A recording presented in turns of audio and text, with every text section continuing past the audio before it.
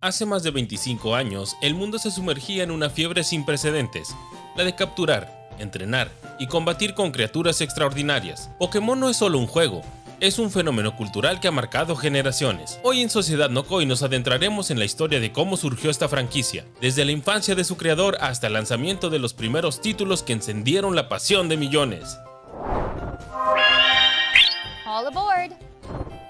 Satoshi Tajiri, el visionario detrás de Pokémon, creció en Machida, en la periferia de Tokio, rodeado de la naturaleza y la fascinación por los insectos. De pequeño, pasaba horas explorando los campos y bosques cercanos, recolectando y estudiando cada bicho que encontraba. Tanto era su afición que sus amigos, con tono cariñoso, comenzaron a llamarlo Dr. Bug o Doctor Insecto. Esta pasión infantil no solo marcó su niñez, también sembró en él la semilla de un sueño que años más tarde transformaría el mundo del entretenimiento. Sin embargo, con el paso del tiempo, mientras sus compañeros se dejaban llevar por otras aficiones, Tajiri descubrió un nuevo universo, el de los videojuegos. En esa época, la industria aún estaba en pañales, y aunque los títulos disponibles entretenían a muchos, él sentía que algo faltaba. La emoción de explorar, descubrir y coleccionar lo que la naturaleza le ofrecía parecía desvanecerse en la frialdad de las pantallas y la inminente urbanización. Fue esta frustración la que lo impulsó a repensar la experiencia de juego, imaginando un mundo donde la pasión de recolectar se combinara con la emoción de la batalla. Antes de adentrarse en el desarrollo de videojuegos, Tajiri había incursionado en el mundo de la comunicación.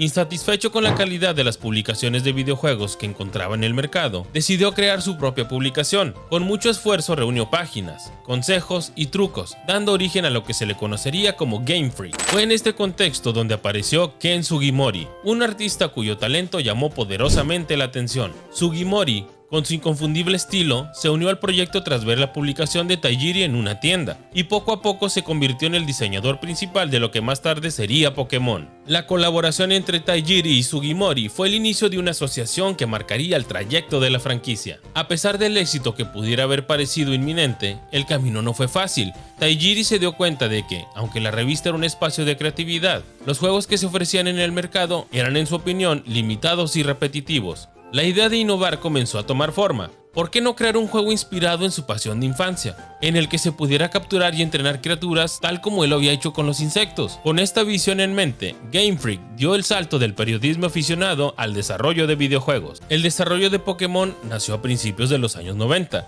inicialmente bautizado como Capsule Monsters. El concepto se basaba en capturar, coleccionar y luchar con criaturas. Tajiri, junto a un pequeño pero entusiasta equipo de programadores, se lanzó a la aventura de crear algo completamente nuevo. El proceso de desarrollo fue arduo y en ocasiones casi inhumano. Se dice que el proyecto tomó 6 largos años en completarse. Durante este tiempo, Tajiri se entregó de manera absoluta. Hubo ocasiones en las que dormía tan solo unas pocas horas, o incluso trabajaba en jornadas que parecían no tener fin. La pasión y el sacrificio eran palpables en cada línea de código y en cada boceto de diseño, pero el camino estaba lleno de obstáculos.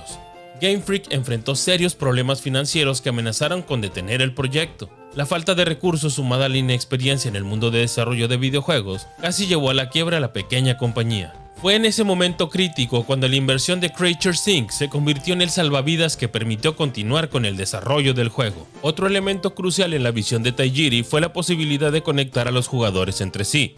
Con el lanzamiento del Game Boy, surgió la oportunidad de utilizar el innovador Game Link Cable. Este accesorio permitía intercambiar datos entre consolas, y Tajiri lo vio como una herramienta ideal para que los jugadores compartieran sus criaturas. La idea era simple pero revolucionaria. Para completar la Pokédex, los entrenadores debían intercambiar Pokémon entre las diferentes versiones del juego. Fue en este punto donde entró en escena Shigeru Miyamoto, el legendario diseñador de Nintendo, y en ese momento productor del proyecto. Miyamoto sugirió que, en lugar de lanzar una única versión, el juego se dividiera en 2 entregas, cada una con criaturas exclusivas. Esta estrategia fomentaría el intercambio entre jugadores y a la vez multiplicaría la experiencia de coleccionar. La decisión fue un éxito rotundo y se convirtió en uno de los pilares fundamentales de la franquicia. Finalmente, en febrero de 1996 llegó el tan esperado momento, el lanzamiento de Pokémon Rojo y Pokémon Verde en Japón. Aunque inicialmente las ventas no reflejaban el potencial del título, el boca a boca y el entusiasmo de la comunidad fueron abriendo paso a un éxito inesperado. Uno de los factores que impulsó esta popularidad fue el misterio que rodeaba al enigmático Pokémon Mew, del que circulaban rumores sobre su rareza y dificultad para obtenerlo. El diseño del juego era meticuloso. Además de capturar y entrenar Pokémon,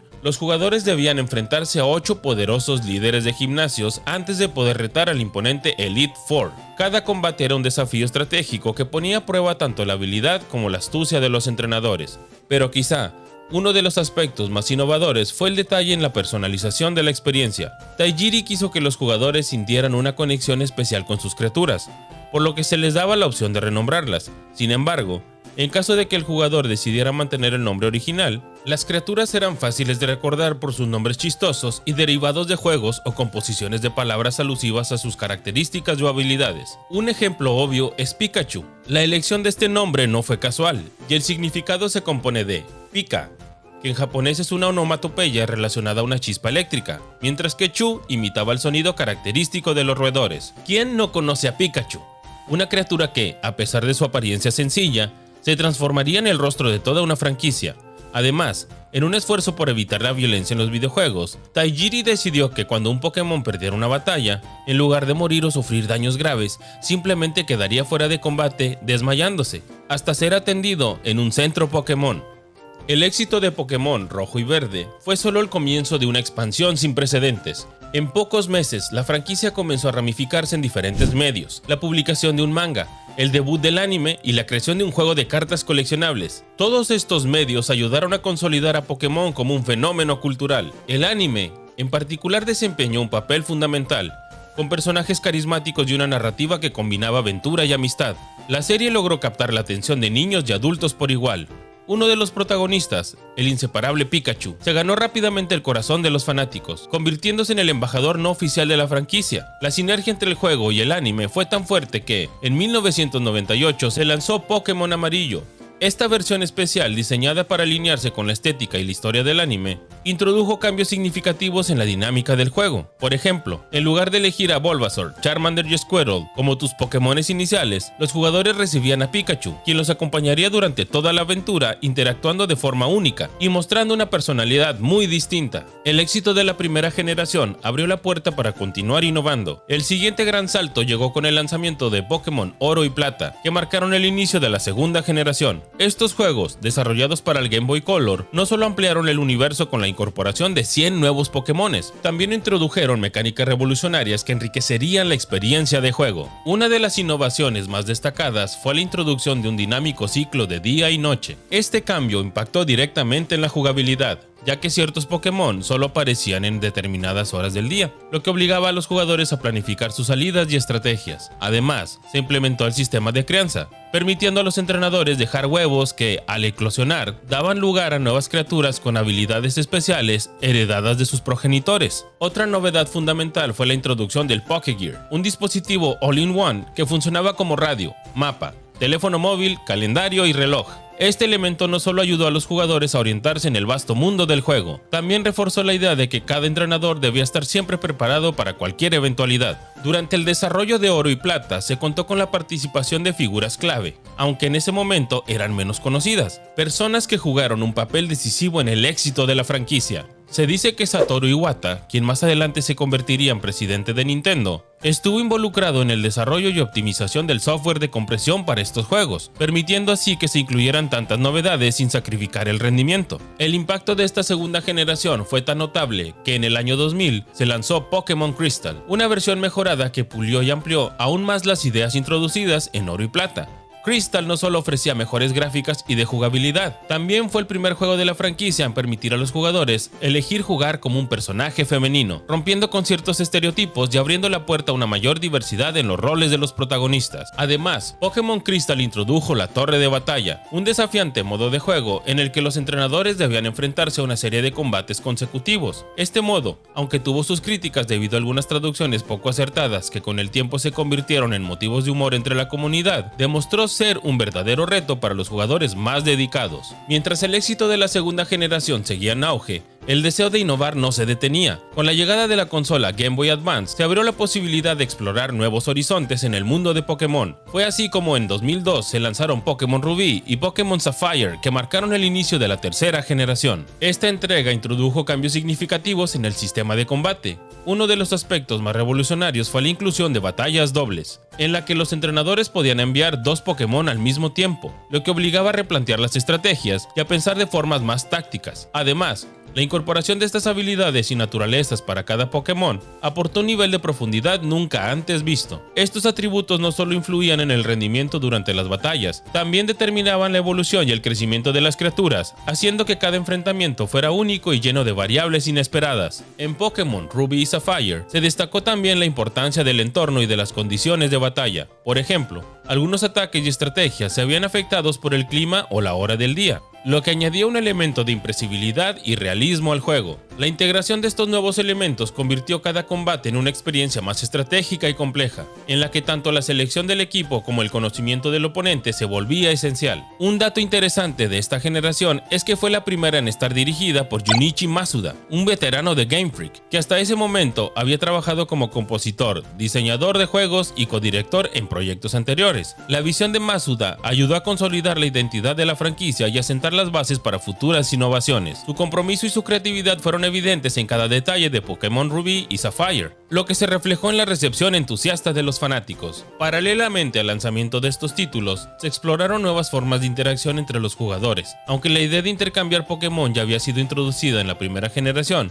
en Ruby y Sapphire se potenció este aspecto mediante la implementación de funciones que facilitaban la conexión entre múltiples consolas, permitiendo así que los entrenadores compartieran sus estrategias y formaran equipos aún más poderosos. El éxito de la primera generación y la nostalgia que generó en sus seguidores impulsaron a Game Freak a realizar remakes de los juegos originales. En 2004 se lanzaron Pokémon Fire Red y Pokémon Leaf Green para Game Boy Advance, versiones actualizadas de los legendarios Pokémon Rojo y Verde. Estos remakes no solo ofrecían gráficos renovados y una jugabilidad modernizada, también introducían nuevos elementos sin perder la esencia que hizo tan especiales a los títulos originales. Entre las mejoras más destacadas se encontraba la inclusión de zonas inéditas que no habían sido exploradas en los juegos originales, lo que permitía a los jugadores redescubrir la región con una perspectiva fresca y enriquecida. Además, se implementó la Sala de Unión, un espacio en el que hasta 30 jugadores podían conectarse simultáneamente para intercambiar y batallar, consolidando el aspecto comunitario que siempre había sido una parte fundamental en la experiencia de Pokémon. Pero no solo se modernizó la parte visual y técnica, también se cuidaron detalles narrativos y de diseño. En Pokémon Fire Red y Leaf Green se mantuvo el equilibrio entre la tradición y la innovación. Los fanáticos pudieron disfrutar de la esencia de los juegos originales, pero con la ventaja de un motor gráfico y de sonido mejorado, lo que elevó la experiencia de juego a nuevos niveles. Los desarrolladores se esmeraron en preservar cada uno de los elementos que habían hecho de la saga un éxito, a la vez que introducían novedades que sorprenderían incluso a los jugadores más veteranos. El mismo año se lanzó una versión mejorada de Pokémon Ruby y Sapphire, bajo el nombre de Pokémon Emerald. Este título representó una evolución natural de la tercera generación, ya que no se trataba simplemente de un remake, sino de una reinvención de la historia y la jugabilidad. En Emerald se retomaron las tramas de Ruby y Sapphire, pero se introdujeron cambios importantes en el argumento.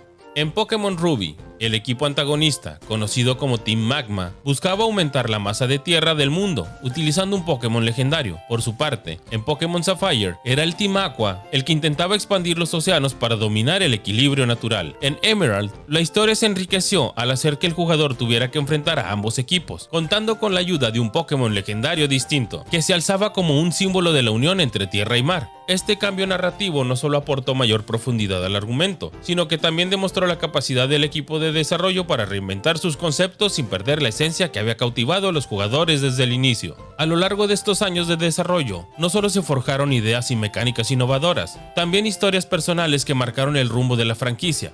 Algunos de los testimonios recogidos de aquellos primeros días hablan de las largas noches de trabajo, de reuniones improvisadas en pequeñas oficinas y de la interminable pasión por crear algo que en ese momento nadie parecía imaginar. Estas voces tan cercanas y humanas, se reflejaban en cada aspecto del diseño de Pokémon. La idea de fomentar la interacción entre jugadores, de promover el intercambio y la colaboración, no solo surgió de un mero cálculo comercial, sino de la convicción de que los videojuegos podían unir a las personas. En este sentido, el uso del Game Link Cable no solo fue la innovación técnica, sino que también fue un puente que conectó a miles de entrenadores, permitiéndoles compartir sus experiencias y construir amistades que trascendieron generaciones. Al mirar atrás, es imposible no reconocer la magnitud del impacto que tuvieron los primeros juegos de Pokémon. Desde la humildad de un fanzine hasta la creación de un universo repleto de criaturas, batallas y leyendas, la saga logró capturar la imaginación de niños y adultos por igual. Pokémon no solo revolucionó la forma de jugar, sino que también introdujo conceptos innovadores como la necesidad de intercambiar para completar una colección,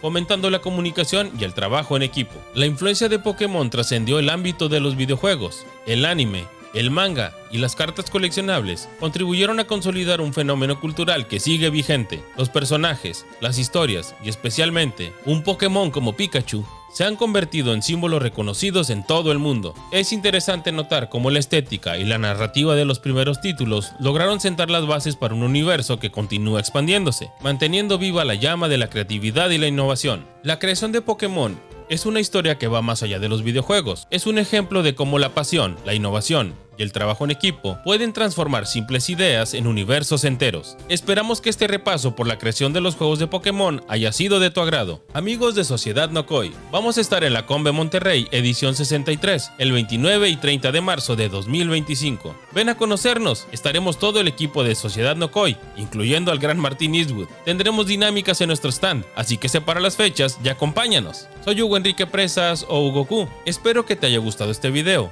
Te invitamos a que nos sigas en todas nuestras redes sociales y gracias por ser parte de Sociedad Nokoi.